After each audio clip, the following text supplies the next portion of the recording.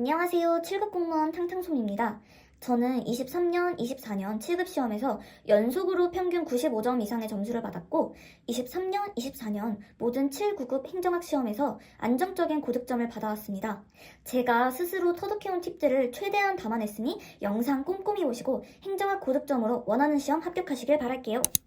영상에 앞서서 일단 행정학의 과목의 특성을 이해하고 들어가야 합니다. 행정학은 평면적인 과목이 아니라는 사실을 기억하셔야 해요. 정말 많은 내용이 있지만 같은 무게로 공부해서는 절대 안 되고 강약 조절을 정말 잘하시고 방어적으로 공부하셔야 해요. 내가 시중에 있는 모든 행정학 문제집을 다 섭렵해도 100점이 나오지 않을 수 있다는 걸 인지해 두셔야 합니다.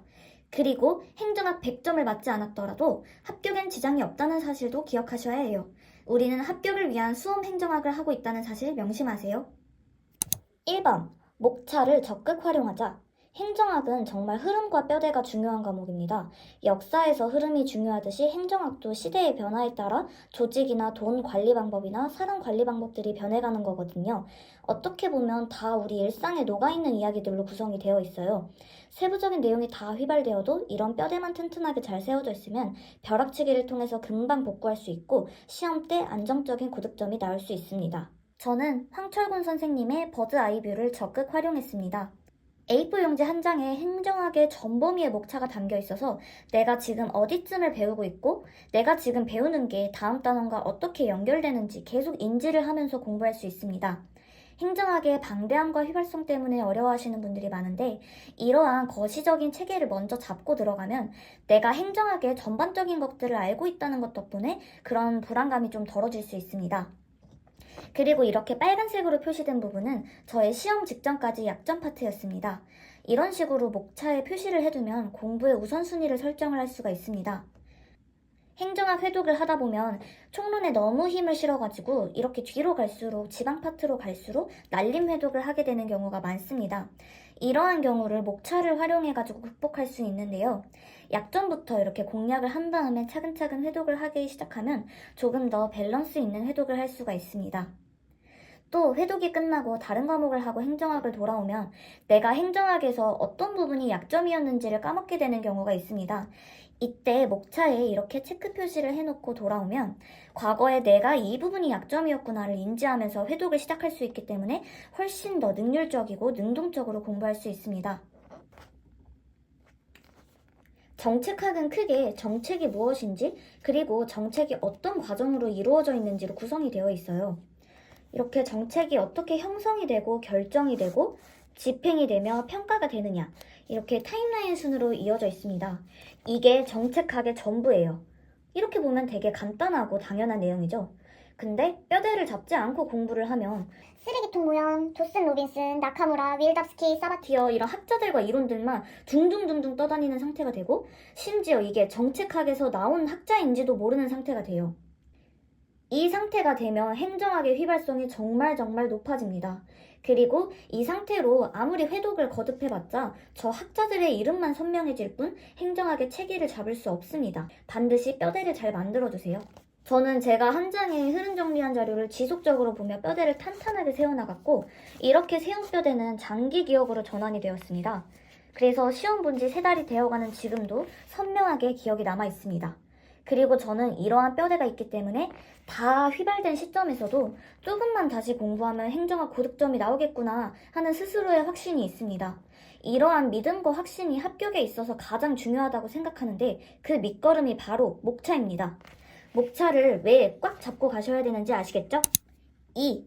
기출문제는 푸는 게 아니라 독해하고 분석하는 것이다. 우리는 기출문제를 푸는 게 아니라 해당 기출문제를 통해서 올해 내가 볼 시험을 준비하는 거예요. 지방직 9급 오답률이 높았던 문제를 통해서 다음 시험을 어떻게 준비해야 될지 알려드리겠습니다. 기출문제를 잠시 띄워드릴 테니 영상을 멈춘 뒤 본인의 최대치만큼 한번 분석해보시고 저와 비교해보세요. 그리고 앞으로의 방향성을 잡길 바랍니다. 우선 이 문제는 정책학의 정책 지지 연합 모형에 관한 문제예요. 이 주제는 굉장히 빈출 주제입니다. 그럼에도 정답률이 50%가 안 됐어요. 그 원인을 분석하고 내가 기존에 가지고 있던 교재에서 어떤 부분을 봤어야 이 문제를 맞출 수 있었는지, 출제자는 무슨 의도로 이 문제를 냈었는지, 그리고 또 이런 문제가 또 나왔을 때 앞으로 내가 어떻게 풀어야 할지를 이런 문제를 통해 훈련을 하는 거예요. 우선 기억 선지를 볼게요. 정책 합의 체제에 초점을 두어 정책 변화를 이해한다. 이 선지는 기존에 공부하고 들어가는 내용이에요. 실제로 23년 기출에서 거의 똑같은 문장으로 출제가 이미 됐어요. 만약 기억도 제대로 판단하지 못했다면 기본적인 기출도 안 돼 있는 거예요. 우리는 기출되고 빈출된 선지를 정말 명확하게 OX 판단을 할 수 있어야 돼요. 그래야 이렇게 낯선 선지들이 나왔을 때 이 한 문장을 통해서 답안이 걸러지고 더 정답률을 높일 수 있거든요. 반드시 자기 객관화를 통해서 자신이 기출이 부족한지 부족하지 않은지 판단을 하시고 기본으로 돌아가시길 바랄게요. 앞서 말했듯이 기억을 옳은 선지로 판단을 했어요. 그러면 이제 우리에게 남은 선지는 1번과 2번밖에 없어요. 이게 객관식 행정학의 진짜 좋은 점이에요. 나와 있는 걸 다 몰라도 니은과 리을 중에 하나만 옳은 거고 둘 중에 하나만 선택하면 되는 거예요. 그러면 니은 선지를 볼게요. 이것뿐만 아니라 여기서도 발생한다 라고 말했어요. 행정학은 굉장히 가능성이 열려있는 과목이라서 이런 식으로 A뿐만 아니라 B도 된다. 이렇게 가능성이 열려있는 선지를 만났을 때 아니라고 딱 단정 짓기가 어려워요. 니은이 틀리려면 이러한 집단 사이에서는 학습이 나타날 수가 없는 거예요. 그런데 우리는 그런 내용을 배운 적이 일단 없고 상식적으로 생각해도 집단과 집단 간이 만났는데 정책이 변동이 조금은 일어나지 않을까? 이러한 의심을 할 수가 있죠. 그러면 니은은 맞는 선지가 되는 거예요. 그러고 난 다음에 이제 디귿과 리을을 합리적으로 독해를 하는 거죠. 이러한 과정에서 찜찜함을 느낀다 하시는 분들은 행정학 고득점으로 가기가 어려워요. 애초에 여러 학문을 막 짬뽕시킨 학문을 또 객관식으로 만들었는데 수학처럼 딱딱 떨어지기가 어려워요. 이 약간의 애매함, 뭔가 찜찜함, 불확실함, 이 불편함, 이거 익숙해지셔야 돼요.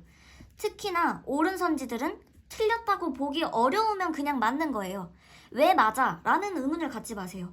그런 식으로 공부를 하게 되면 너무 깊게 파고들어야 되고 수험 행정학을 할 수가 없어요. 행정학만 할 수 없는 게 아니라 행정학 공부를 하다 보면 다른 과목에도 지장이 가요. 결국 저희는 평균 점수로 합격을 하는 거잖아요. 과목별 밸런스가 중요합니다. 그리고 디귿과 리을은 단 한 번도 출제가 된 적이 없는 내용이에요. 아마 행정학은 이런 낯선 내용들이 매 시험마다 계속 있을 거예요. 그런데 대부분 이런 문제들은 낯선 이론이 나왔을 때 충분히 독해할 만한 정보를 줘요. 그걸 믿으셔야 돼요.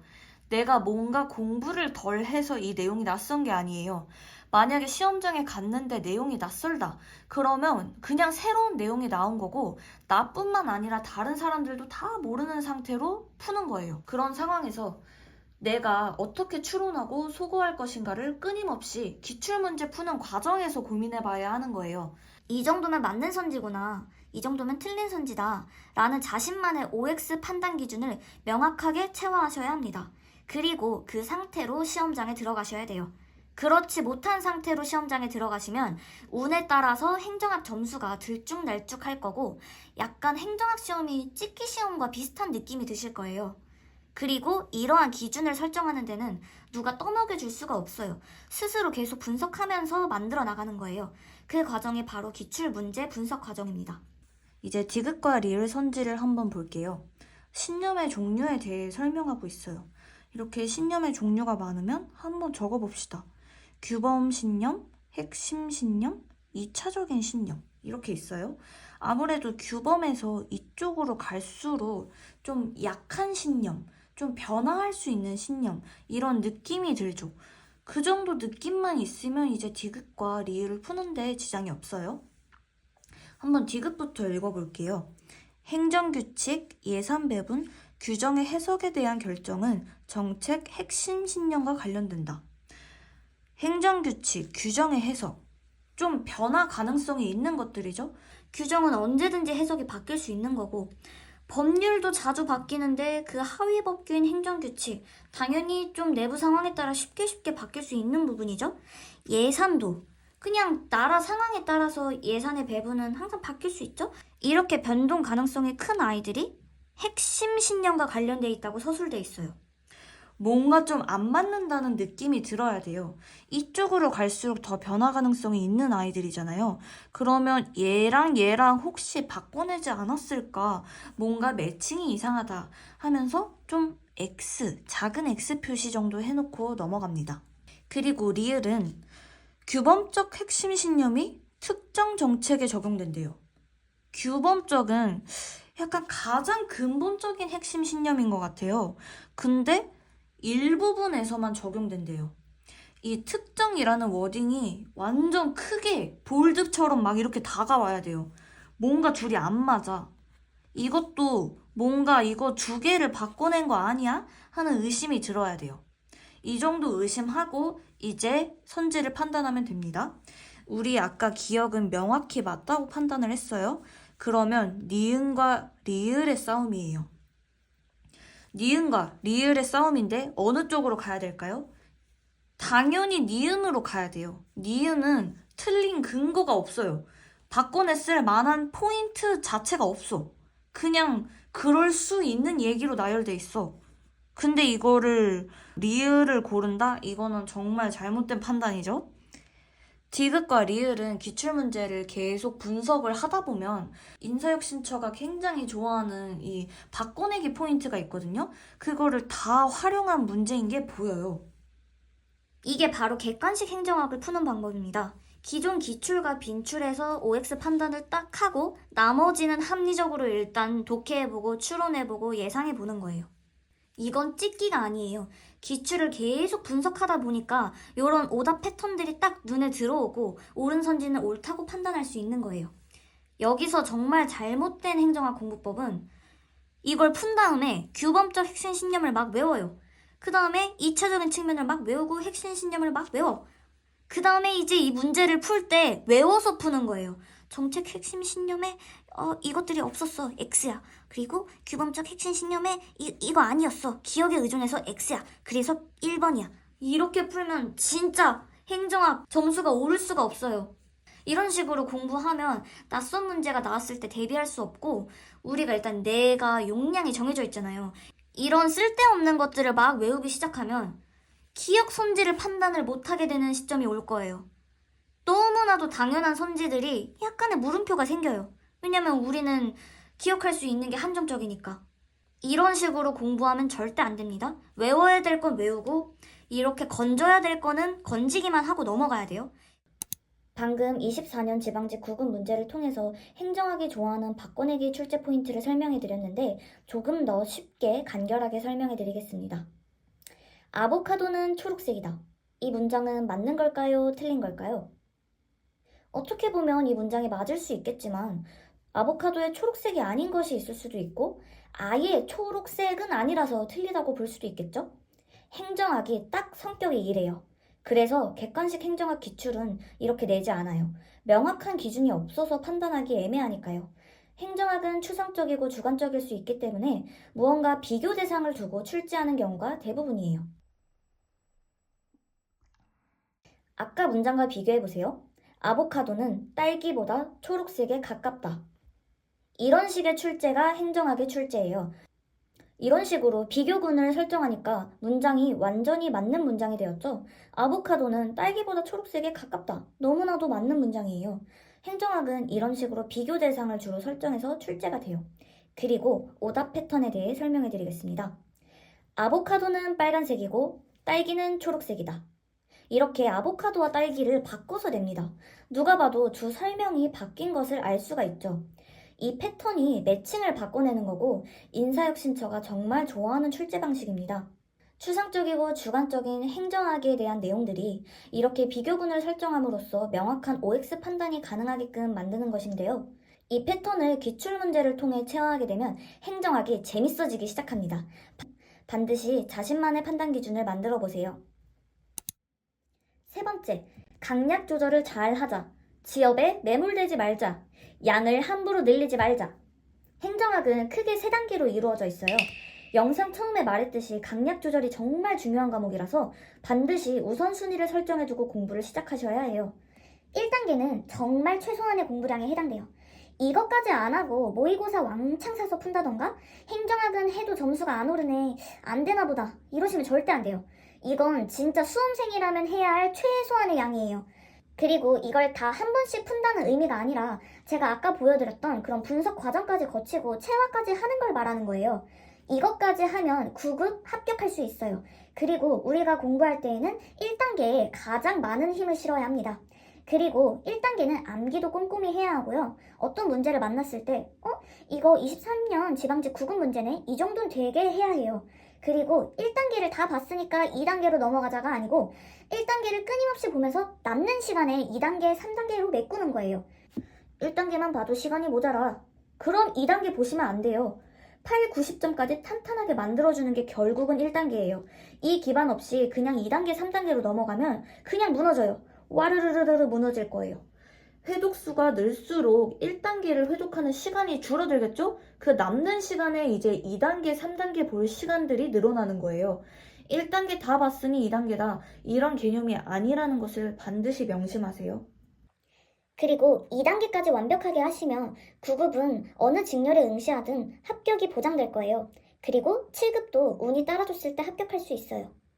2단계는 7급 수험생들의 최소 공부량입니다. 최신 7급 기출들을 보면 10년 동안 한 번도 출제 안 됐던 게 갑자기 들어오거나 난생 처음 보는 이론들이 훅훅 들어와요. 근데도 컷은 높고 TO는 적죠. 당연히 9급 수험생들보다 더 깊게, 더 많이 공부하셔야 하는 게 당연합니다. 마지막 3단계는 서울시 7급처럼 커트가 굉장히 높은 지방직 7급 시험을 보시는 분들이 봐두면 좋을 내용이에요. 3단계는 완벽하게 정복하는 것은 불가능하지만 지방직 7급을 생각하시는 분들은 낯선 법령이나 이론들을 더 자주 봐두고 많은 연습을 해야 하기 때문에 2단계까지 탄탄하게 되신 분들은 3단계까지 공부하시는 것을 추천드립니다. 그리고 3단계에는 완성이 없어요. 공부할 내용은 무한대로 있고 3단계에서 여기 어디쯤에 있을 때 7급을 안정적으로 합격하실 수 있을 거예요. 이걸 다 보겠다고 너무 욕심내지 마시고 이걸 다 못 봤다고 해서 너무 불안해하지도 마세요. 여기서 명심해야 할 점은 지방직 7급 수험생들도 당연히 1, 2단계에 힘을 실어서 공부하고 3단계는 방어한다는 느낌으로 공부하셔야 해요. 막판으로 갈수록 3단계도 버리시면서 가야 합니다. 강약 조절을 절대 잊으시면 안 됩니다. 몇 회독을 하든 항상 1단계를 위주로 회독을 하고 남는 시간에 2단계, 3단계 늘려간다는 거 절대 잊지 마세요. 기출 문제집보다 중요한 것은 최신 1개년 기출이다. 행정학은 굉장히 트렌드를 타는 과목이라서 어떤 과목보다 최신 기출이 중요한 과목이라고 볼 수 있어요. 시중에 파는 기출 문제집들은 본인이 보는 시험보다 1년 전에 출간한 책이기 때문에 반드시 최신 기출을 따로 보충하셔야 해요. 본인이 만약 25년 대비 기출 문제집을 샀더라도 그 책만 보고 들어가시면 공부를 덜 하고 시험을 보게 되는 겁니다. 반드시 내가 구매한 기출문제집이 몇 월 시험까지 반영되어 있는지를 보고 최신 시행처를 보완하세요. 예를 들어 25년 지방직 9급을 준비하시는 분들은 24년 국가직 7급, 24년 지방직 7급, 경찰 간부, 25년 국가직 9급, 25년 국회직 8급 등 최신 시행처를 따로 보완하셔야 합니다. 이영재 선생님의 네이버 카페, 김준규 선생님의 카스파 행정학 사이트 등을 적극 활용하시길 바랍니다. 저는 실제로 24년 행정학 기출문제집을 출력을 해서 이렇게 셀프 제본을 해서 책으로 만들었습니다. 셀프 제본은 다이소에서 구매해서 직접 했습니다. 여기서 중요한 것이 반드시 처음에는 시험처럼 응시해야 한다는 점이에요. 그리고 앞서 말한 기출문제 분석 과정을 거치셔야 합니다. 그 다음엔 기존 기출문제집과 중복되는 내용은 줄이는 작업이 필요해요. 1개년 최신 시행처만 해도 이렇게나 많기 때문에 중복되는 것은 과감하게 버리고 줄이셔야 합니다. 이미 기출된 것들이 나오고 또 나오는 경우가 많기 때문에 중복된 것을 지우지 않으면 전 범위를 회독할 때 속도가 느려지고 결국에는 다른 과목에 지장이 생깁니다. 우리 행정학만 볼 거 아니잖아요? 반드시 X표시 혹은 과감히 찢어버리십시오. 제가 만든 1개년 추록집에도 국가직 9급을 보면 1, 2, 3, 4번은 다 없고 5번부터 시작해요. 1, 2, 3, 4번은 기존의 기출을 재탕한 문제였기 때문에 저는 아예 과감하게 문제를 넣지도 않았습니다. 중복해서 푸는 게 시간 낭비라고 생각했기 때문이에요. 그리고 지방직 9급을 봐도 5번부터 시작합니다. 이런 식으로 중복을 제거하는 과정을 통해서 내가 기존의 기출문제집에서 뭘 봤어야 되고 얼마나 기출이 되어 있는지를 또 자가진단을 할 수 있기 때문에 이렇게 추리는 과정 자체가 굉장히 공부에 도움이 된다고 생각합니다. 그리고 국무원 행정학은 인사처랑은 조금 경향이 다른 느낌이 있어서 그 문제를 1번부터 25번까지 다 푸는 게 의미 없다고 생각했고 이런 식으로 한 장으로 줄이는 작업을 했습니다. 그리고 이런 최신 시행처를 공부할 때 이렇게 유튜브에 해설 강의를 검색하면 선생님들이 찍어놓은 강의가 정말 많습니다. 그거를 참고하면 혼자 공부하는 것보다 훨씬 도움이 됩니다. 저는 특히 황철군 선생님의 해설 강의를 강력 추천드립니다. 5. 행정학은 회독펜이 독이 될 수 있다. 이것도 기출문제 분석의 연장선인데 행정학을 어떤 시험에서든 고득점을 받으려면 반드시 사고하는 과정이 필요합니다. 그리고 내가 부족한 것을 기록하는 것이 반드시 필요합니다. 그런데 회독펜만으로 기출을 풀면 그 과정이 남아있지 않기 때문에 단순 OX 판별만 하는 공부로 빠질 수 있어서 위험합니다. 저는 다음에 문제 푸는데 지장이 없도록 답은 체크하지 않고 여백이나 포스트잇을 활용해서 이것저것 남겨두었습니다. 이 문제는 24년 국가직 7급 문제들을 풀었던 흔적들입니다. 9번 문제의 1번 선지에는 비교 포인트 있는 선지라는 사실을 적어두었고 2번 선지에서는 2013년도에 지방직 9급 선지를 놓쳤다는 사실을 적어두었습니다. 이를 통해서 내가 예전 기출을 조금 간과했구나, 예전 기출도 꼼꼼하게 봐야겠다 라고 자각할 수 있게 기록해 두었습니다. 그리고 3번과 4번 선지는 기존 기출과 너무 중복되는 선지라 과감히 지워두었고 또 지방직 7급까지 다시 보지 않았습니다. 다음으로 10번 문제입니다. 해당 문제에서 물어본 것 외에도 더 물어볼 수 있을 만한 출제 포인트를 이렇게 포스트잇에 적어두어 더 능동적으로 학습했습니다. 그리고 이렇게 15년 지방직 7급에서 한 번 출제됐던 이론이 24년 국가직 7급에 또 등장한 걸 보면서 10년치의 인사혁신처 기출의 중요성을 또 깨달았고 제가 가지고 있는 기본서에 어디를 봐야 할지를 적어두었습니다. 이렇게 다 기록을 해두면 다음 회독 때는 X 표시만 제외하고 9번 문제에서는 1, 2번만 보면 되고 10번 문제에서는 3, 4번만 보면 되고 그때 당시에 헷갈렸던 포인트까지 다 이렇게 한눈에 알 수가 있습니다. 그리고 만약에 여기서 또 헷갈리는 선지가 생긴다 하면 이런 식으로 옆에 표시를 해두면 되고 다음 회독 때는 이 부분만 또 보면 됩니다. 회독펜만 가지고 기출 문제를 풀면 이 과정에 아무것도 남아있지 않겠죠? 그리고 우리는 9번 문제를 다시 풀 겁니다. 1, 2, 3, 4번을 다시 또 풀겠죠? 원래 9번이랑 10번 두 개 다 볼 수 있는 시간에 한 문제밖에 못 보는 거예요. 이게 시험 직전에는 정말 큰 시간입니다. 저희는 이미 알고 다 중복된 내용을 또 볼 시간이 없어요. 이걸 정말 명심하셔야 해요. 그 다음은 점수의 수직 상승 단원별 모의고사 활용법에 대해 설명해 드리겠습니다. 저는 기출 변형 단원별 모의고사를 적극 권장드립니다. 전범위 실전 연습용 모의고사랑 단원별 모의고사는 용도가 아예 다릅니다. 우선 단원별 기출문제집이나 요약서, 기본서를 회독하면서 느끼는 가장 큰 어려움이 하루에 공부해야 할 양을 명확하게 정하기가 어렵다는 것입니다. 분량을 정하고 공부를 해도 양이 워낙 많기 때문에 뒤로 계속 밀려서 1회독하는 시간이 더 오래 걸리거나 아니면 아까 말씀드렸듯이 뒷부분은 날림 회독하게 되는 경우가 많습니다. 이런 고민들이 있으신 분들은 단원별 모의고사를 활용하시면 좋아요. 제가 활용했던 교재는 신용환 선생님의 약공기모라는 교재입니다. 해당 교재는 총론 3회, 정책 3회, 조직론 3회, 인사 2회, 재무 2회, 정보완류 1회, 지방 2회, 총 진도별로 16회로 구성되어 있습니다. 우리가 신용환 선생님의 약공기모 진도별에 맞춰 16일에 행정학을 완성한다고 생각해 봅시다. 예를 들어 행정학 회독 첫날에는 총론 1회차에 해당하는 부분까지 기출, 기본서, 요약서 등을 다 공부한 뒤에 1회차를 무조건 100점을 맞겠다는 각오로 시험을 봅니다. 만약 여기서 100점이 나오면 보상으로 그날 공부는 더 안 하는 겁니다. 오늘의 공부는 끝이에요. 대신 100점이 안 나오면 그날은 자기 직전까지 못 쉬고 오늘 공부한 부분을 무한 복습해야 합니다. 이런 당근과 채찍을 설정해놓고 시험을 보면 해당 회차 100점을 맞기 위해 엄청 집중해서 공부를 하게 됩니다. 그리고 100점이 나오는 순간 공부가 끝나기 때문에 정말 속도감 있게 타이트하게 막 몰아서 보게 돼요. 저는 이 과정을 한번 견디고 난 다음에 행정학이 안정적으로 고득점으로 오르게 된 것 같습니다. 다만 이런 단원별 모의고사 교재를 선정할 때 사지선다 단원별 모의고사로 선정하게 되면 100점이 쉽게 나올 수가 있고, 그렇게 되면 이런 당근과 채찍 효과가 떨어질 수 있습니다. 그래서 반드시 본인 실력보다 더 높은 수준의 교재를 선정하길 권장드립니다.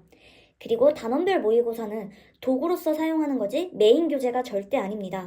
앞서 말씀드렸던 기출문제 분석을 베이스로 가져가되 마지막 실력 테스트만 이런 식으로 단원별 모의고사를 활용해줘야 합니다. 암기식 행정학에 빠지지 않도록 주의하시길 바랍니다. 앞서 말씀드린 단원별 모의고사와 시너지가 좋은 행정학 2주 도장 깨기 플랜을 공유해드리겠습니다. 이건 제가 실제로 시험 보기 2달 전에 했던 플랜입니다. 사용했던 교재는 기출문제집 기본서, 약공기모 모의고사, 황철곤의 슈퍼서브, 김준규의 1개년 추록, 법령, 이영재 브리타 특강, 이영재 요약서, 해당 연도 최신 기출입니다. 저는 지방직 7급 시험을 준비하는 입장이라서 최대한 많이 봤습니다. 행정학을 공부할 수 있는 최대치라고 생각하시고 본인 실력에 따라서 몇몇 개는 빼고 플랜을 짜셔도 좋을 것 같습니다. 그리고 도장 깨기 플랜을 짤 때 가장 중요한 것은 이렇게 휴무칸을 만들어줘야 한다는 것입니다. 계획이 밀릴 수도 있고 일이 생겨서 공부를 해야 할 만큼 못하는 날이 생길 수도 있는데 2주를 매일매일 풀로 짜가지고 계획을 짜두면 하루 이렇게 빵꾸 났을 때 의욕이 급격하게 저하되고 도장 깨기 성공 가능성이 낮아집니다. 이런 식으로 약점부한 날과 휴무칸을 하루씩 비워두고 만약 공부를 못한 날이 생기면 이 날짜에 보충을 해야 합니다. 그리고 도장 깨기는 결코 쉽지 않습니다. 저는 이미 행정학이 100점인 상태에서 도장 깨기를 했는데도 매일매일 토할 것 같은 느낌이 들었습니다. 많은 분들이 도장 깨기를 하다 보면 2주 동안 행정학만 하는데 다른 과목은 어떻게 해? 다른 과목 다 날아갈 텐데 행정학만 해서는 합격할 수 없잖아. 이런 말들을 하시는데 이거대로 공부 한번 해보시면 와, 행정학만 봐도 이렇게나 시간이 모자란데 미쳤다. 줄여가면서 공부해야겠구나. 내가 공부할 수 있는 날이 별로 안 남았구나. 다음 볼 때는 무조건 양을 줄여가지고 며칠 만에 봐야겠다. 내가 다른 책을 더 살 여유가 없구나.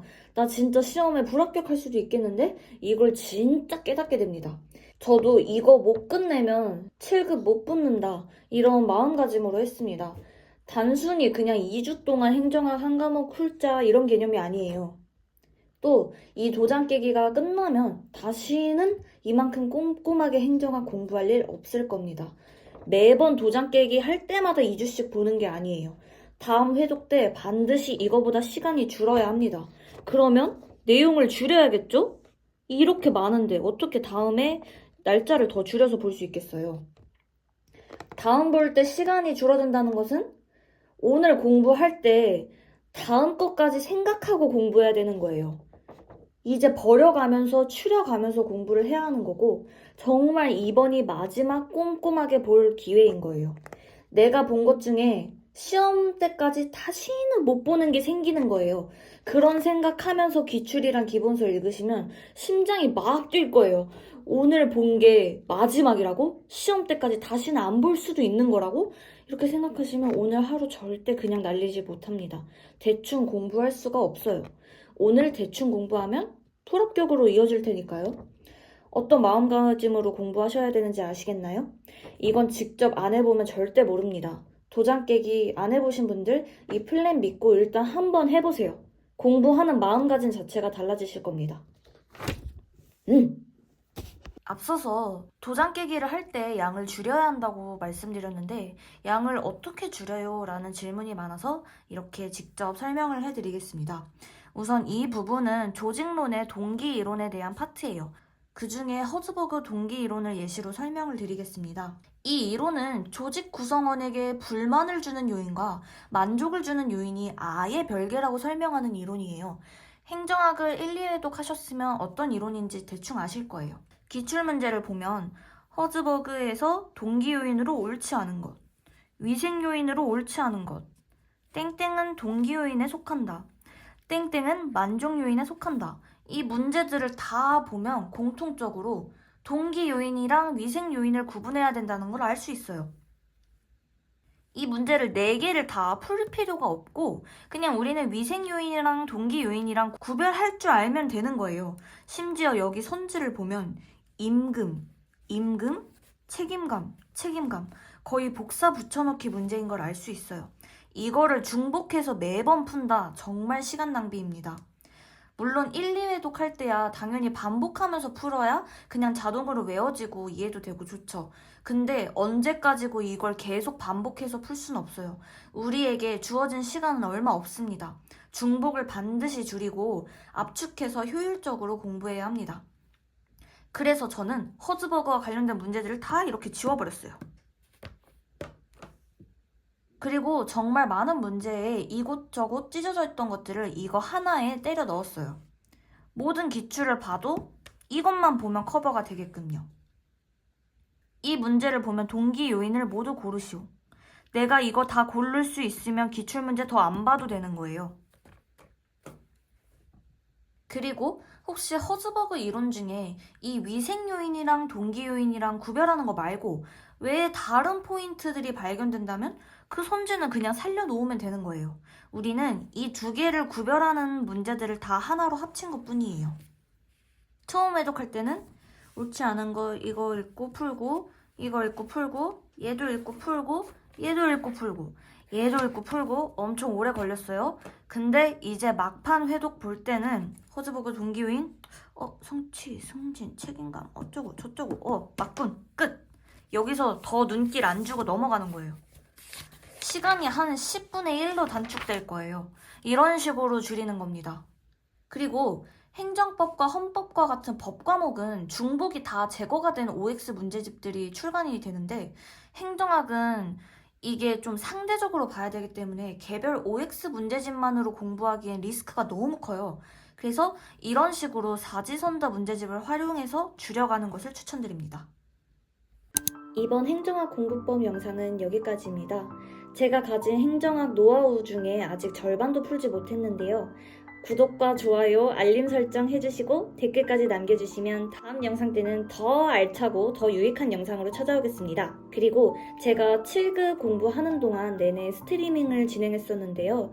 그 과거의 스트리밍들을 보면 제가 어떻게 공부했었는지 실시간으로 다 남아있기 때문에 그 영상도 참고하시면 좋을 것 같습니다. 안녕. 좋아요를 부탁한다네.